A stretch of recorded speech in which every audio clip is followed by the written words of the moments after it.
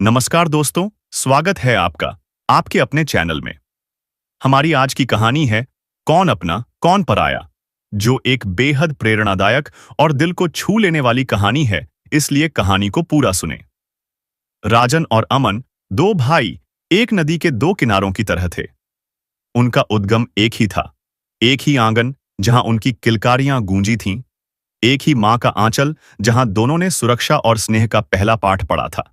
लेकिन आज जीवन की धारा ने उन्हें दो भिन्न दिशाओं में धकेल दिया था। बड़ा भाई राजन सफलता के उस शिखर पर खड़ा था जहां से नीचे देखने पर बाकी इंसान छोटे और महत्वहीन नजर आते हैं। दौलत उसके कदम चूमती थी और शोहरत उसके आगे पीछे घूमती थी। उसका आलीशान घर उसकी शान का प्रतीक था, किसी महल से कम न था। मार्बल के फर्श, कांच की झिलमिलाती छतें, डिजाइनर फर्नीचर, इंपोर्टेड झूमर। उसकी अलमारियां दुनिया के महंगे से महंगे डिजाइनरों के परिधानों से भरी थीं और उसकी शामें बड़ी बड़ी पार्टियों की चकाचौंध में डूबी रहती थीं। लेकिन इस चकाचौंध ने उसकी आंखों पर घमंड की ऐसी पट्टी बांध दी थी कि उसे रिश्तों की अहमियत और इंसानियत की चमक दिखाई देना ही बंद हो गई थी। उसकी पत्नी रजनी भी उसी सांचे में ढली थी, जिसकी नजर में इंसान का कद उसके सामाजिक दर्जे, उसके बैंक खाते में नोटों की संख्या और उसके कपड़ों की कीमत से नापा जाता था। वह अपनी सहेलियों की पार्टियों में अमन और उसके परिवार का जिक्र तक करना अपनी तौहीन समझती थी। वहीं दूसरी ओर छोटा भाई अमन था। उसकी दुनिया राजन की दुनिया से कोसों दूर थी। वह अपने 3 पहियों वाले ऑटो की स्टीयरिंग थामे शहर की भीड़ भरी सड़कों पर अपनी जिंदगी की गाड़ी खींच रहा था। भले ही पैसा कम था, पर जेब की यह तंगी कभी उसके चेहरे की रौनक या दिल की अमीरी को कम न कर पाई थी। उसका दिल नेकी और संतोष के खजाने से भरा था, वो खजाना जिसे दौलत से नहीं खरीदा जा सकता। उसका घर छोटा सा 2 कमरों का मकान था, जिसके दरवाजे कभी कभी ठीक से बंद भी नहीं होते, पर उस घर की मिट्टी से गर्माहट और आत्मीयता की खुशबू आती थी। उसकी पत्नी आरती साक्षात अन्नपूर्णा थी। उसके चेहरे पर खिली रहने वाली संतोष की आभा और होठों पर तैरती मीठी मुस्कान उस छोटी सी गृहस्थी को स्वर्ग बना देती थी। गरीबी थी, पर दरिद्रता नहीं थी। अभाव था, पर असंतोष नहीं था।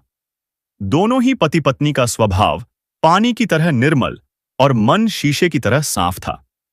दोनों भाइयों के स्वभाव का फर्क अक्सर छोटी छोटी बातों में दिख जाता था। एक दोपहर जब उनकी मां जानकी जी एकाएक बीमार पड़ गईं। तेज बुखार हो गया था। टेस्ट कराया तो पता चला कि उन्हें डेंगू हुआ है। उनका शरीर किसी भट्टी की तरह तप रहा था और जोड़ों का दर्द उन्हें बेहाल किए हुए था।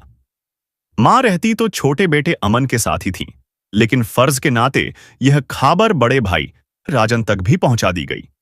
मां की ऐसी हालत देखकर अमन अपने काम को वहीं छोड़कर दिन की कमाई की परवाह किए बिना घर पर ही रुक गया।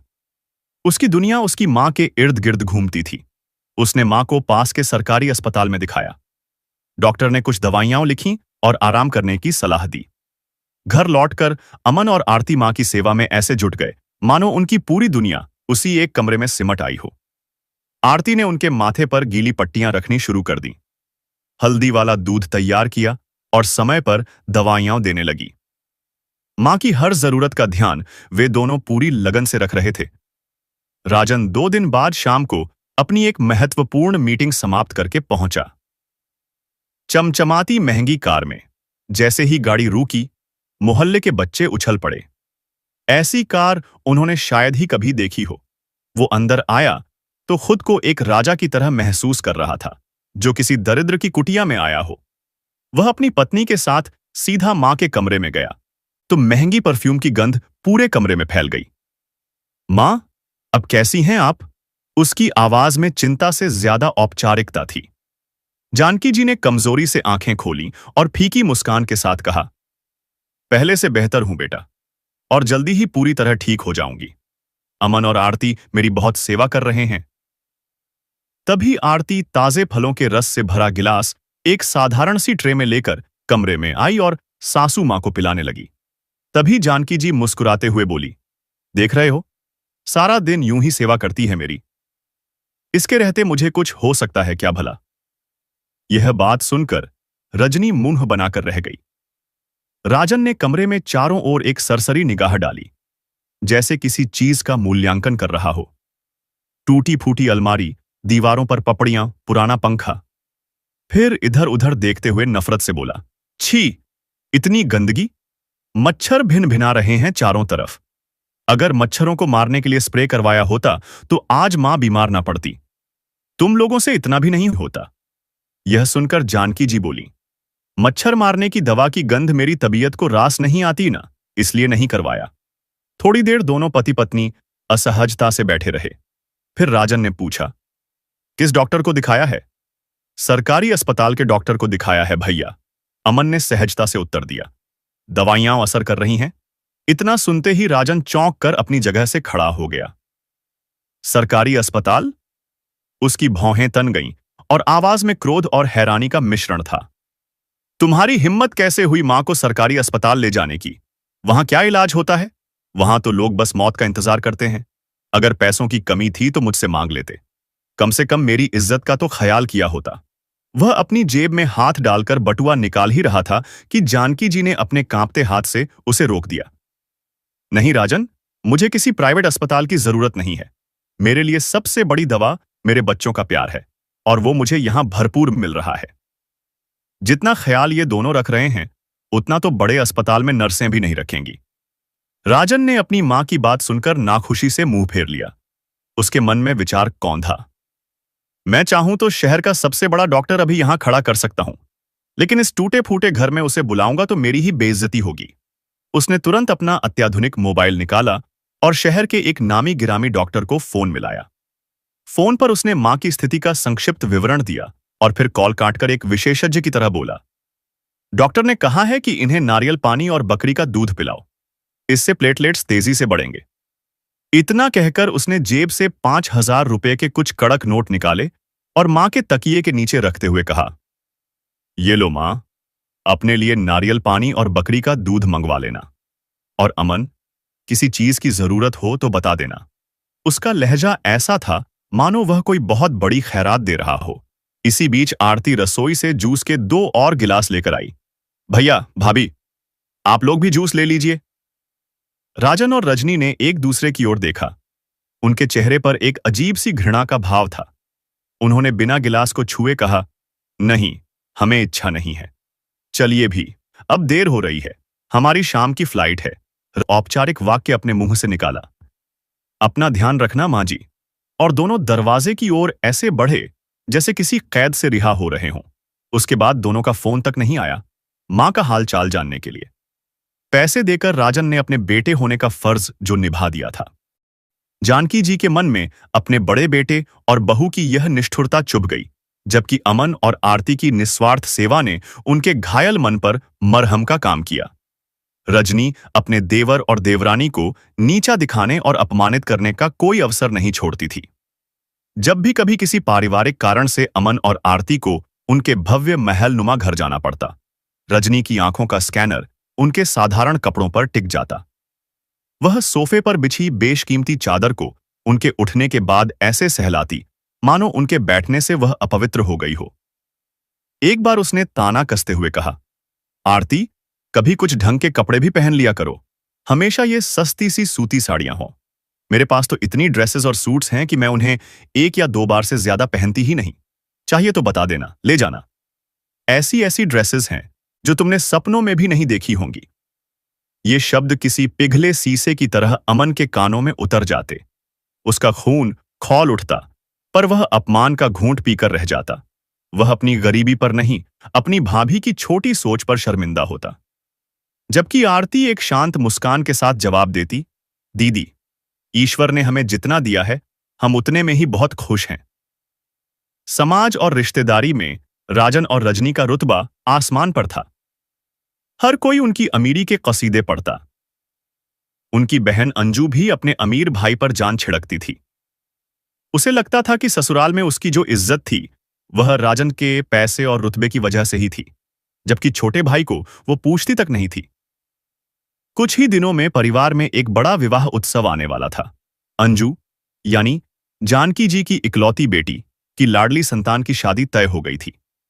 यह पूरे खानदान के लिए एक उत्सव जैसा मौका था।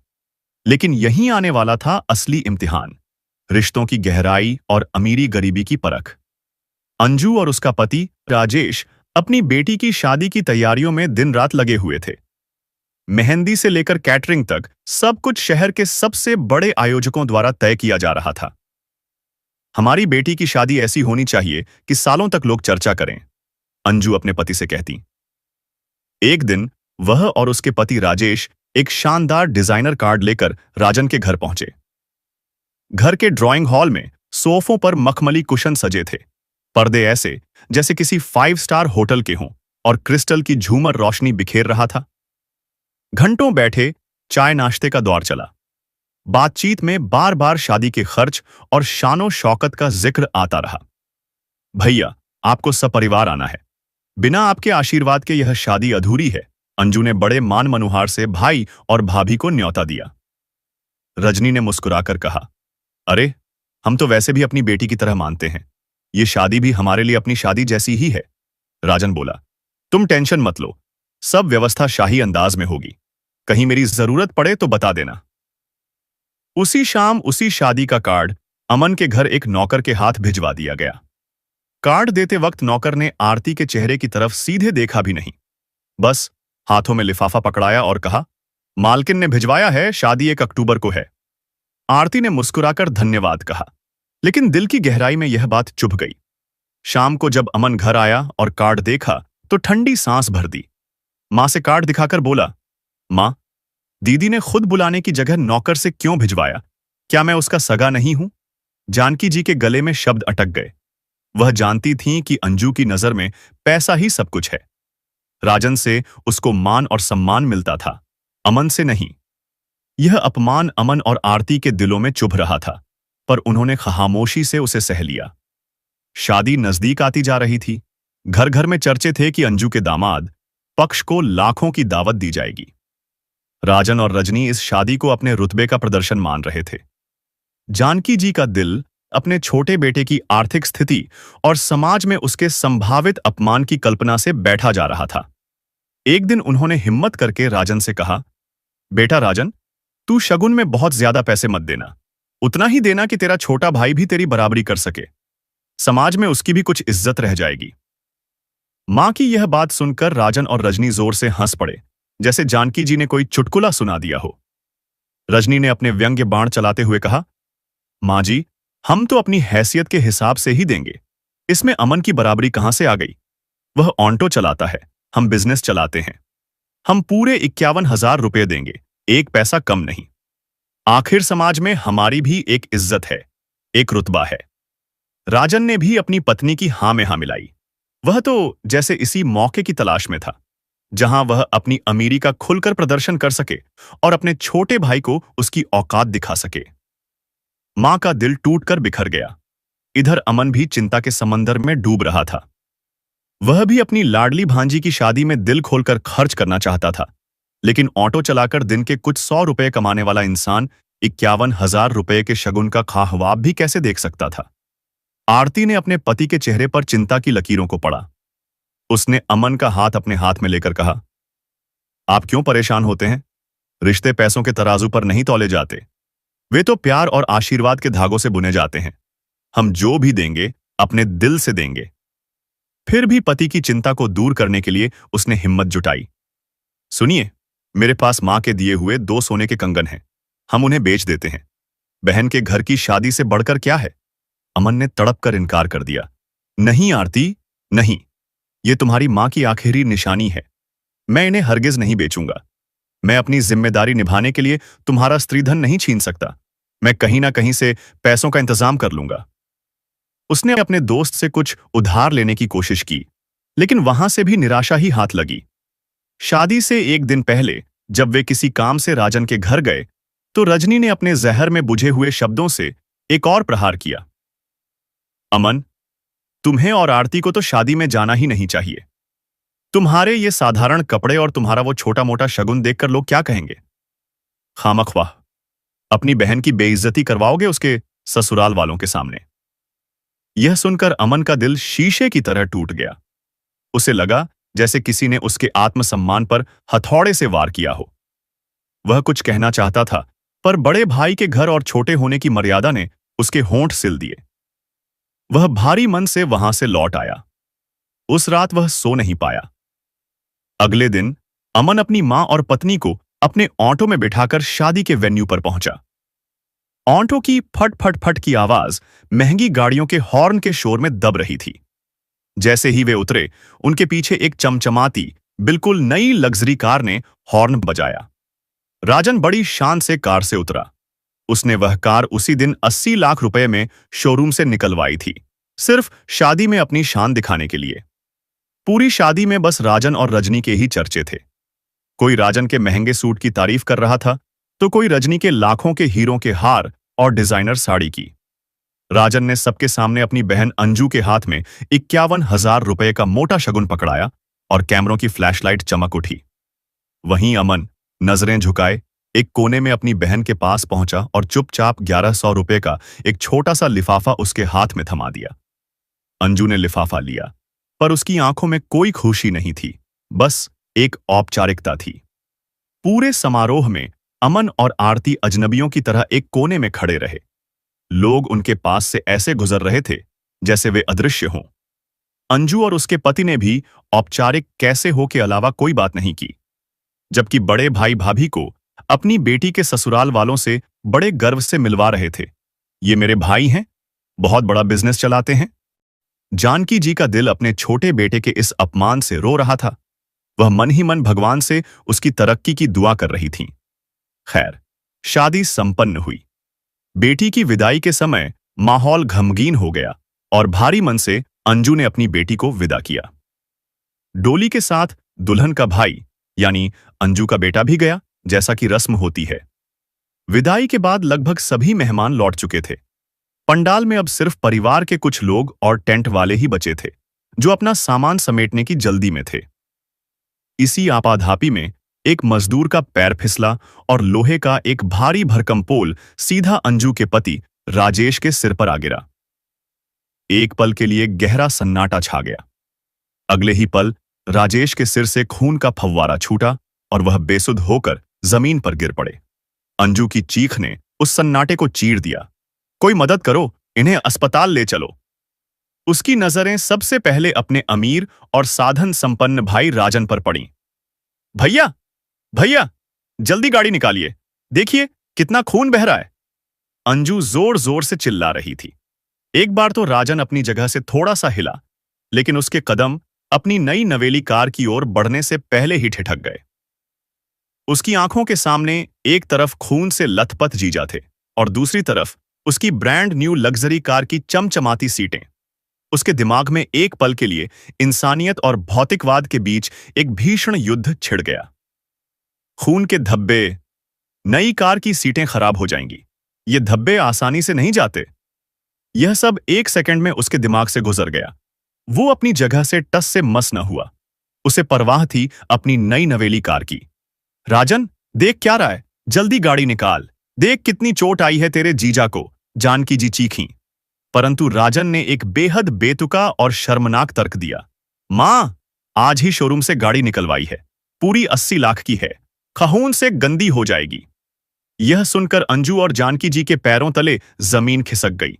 जिस भाई के धन पर वह इतना नाज करती थी, उसका यह अमानवीय रूप देखकर वह सन्न रह गई। तभी पीछे से फट फट फट की परिचित आवाज आई। अमन अपना ऑटो स्टार्ट करके वहां पहुंच गया था।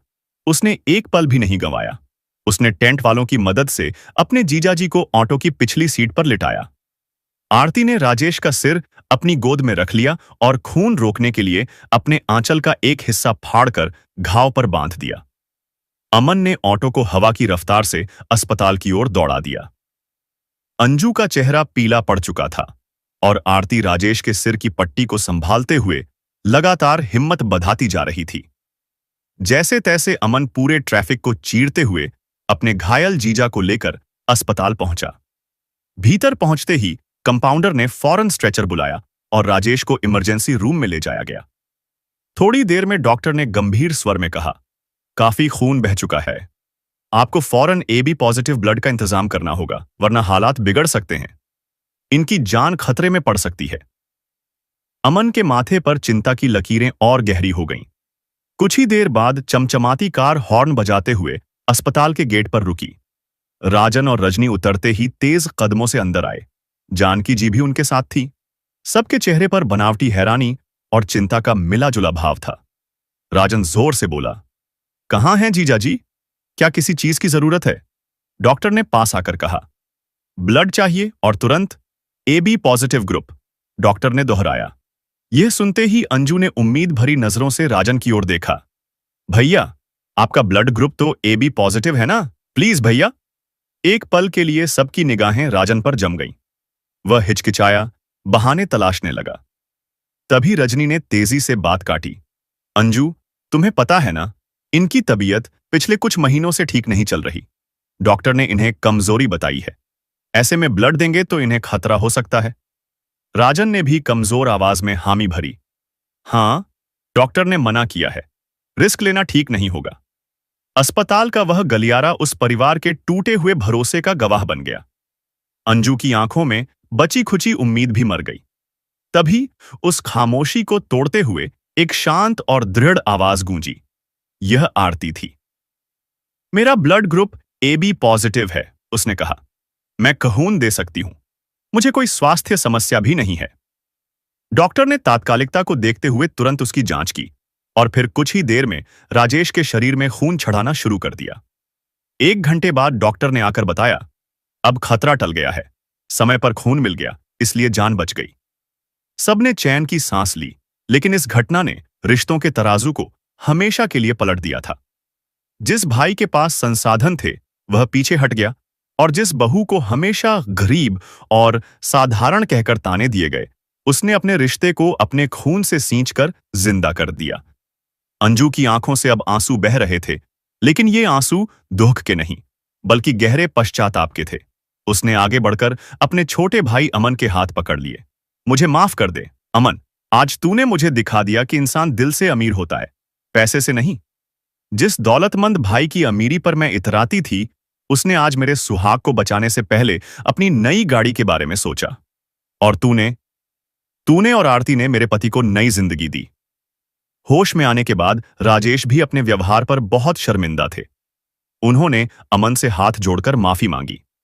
आज उन्हें समझ आया था कि असली शगुन 1100 या 51,000 रुपए का लिफाफा नहीं था।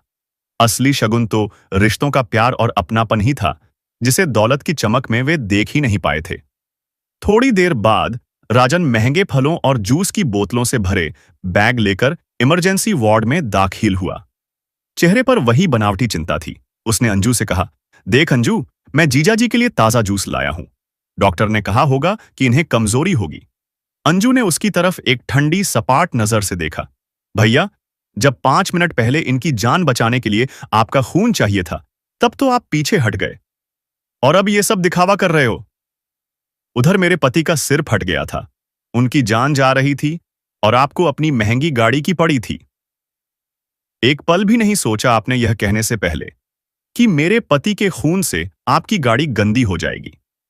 कमजोरी तो धीरे धीरे ठीक हो जाएगी, लेकिन जो भरोसा टूट गया है, उसे वापस कैसे लाओगे? अब राजन के चेहरे पर वह आत्मविश्वास नहीं था जो कुछ देर पहले दिख रहा था। वह जैसे जवाब ढूंढते ढूंढते खामोश हो गया। जानकी जी, जो अब तक खामोश थीं, अपने गुस्से को और नहीं रोक पाईं। राजन, यह दिखावा करने की अब कोई जरूरत नहीं है। रिश्ते उस धागे की तरह होते हैं जो एक बार टूट जाए तो जुड़ते नहीं, और अगर जोड़ने की कोशिश करो भी तो गांठ पड़ जाती है। तूने अपनी जिंदगी में खूब दौलत कमाई, पर जब जिंदगी ने तुझे इंसानियत की कसौटी पर परखा तो तू फेल हो गया बेटा। ऐसी दौलत और शोहरत किस काम की जो जरूरत के वक्त अपनों के ही काम ना आ सके। वार्ड में एक भारी खामोशी पसर गई। वार्ड में माहौल भारी हो गया। रजनी, जो आमतौर पर हर बात में तेज बोलती थी, इस बार चुप थी। उसकी नजरें फर्श पर टिकी थीं और चेहरा फीका पड़ चुका था। अपनी चमचमाती गाड़ी में बैठकर वे दोनों बुझे हुए मन से वापस लौट गए। उनकी गाड़ी की सीटें तो बेदाग थीं, पर उनके जमीर पर एक ऐसा दाग लग चुका था जिसे दुनिया का कोई भी डिटर्जेंट साफ नहीं कर सकता था। तो दोस्तों, अपनी राय कमेंट बॉक्स में जरूर लिखें और यह भी बताएं कि आप हमारी कहानियां भारत के किस शहर से सुन रहे हैं। कहानी पसंद आई हो तो वीडियो को लाइक करें, चैनल को सब्सक्राइब करें और वीडियो को शेयर करना बिल्कुल न भूलें। धन्यवाद।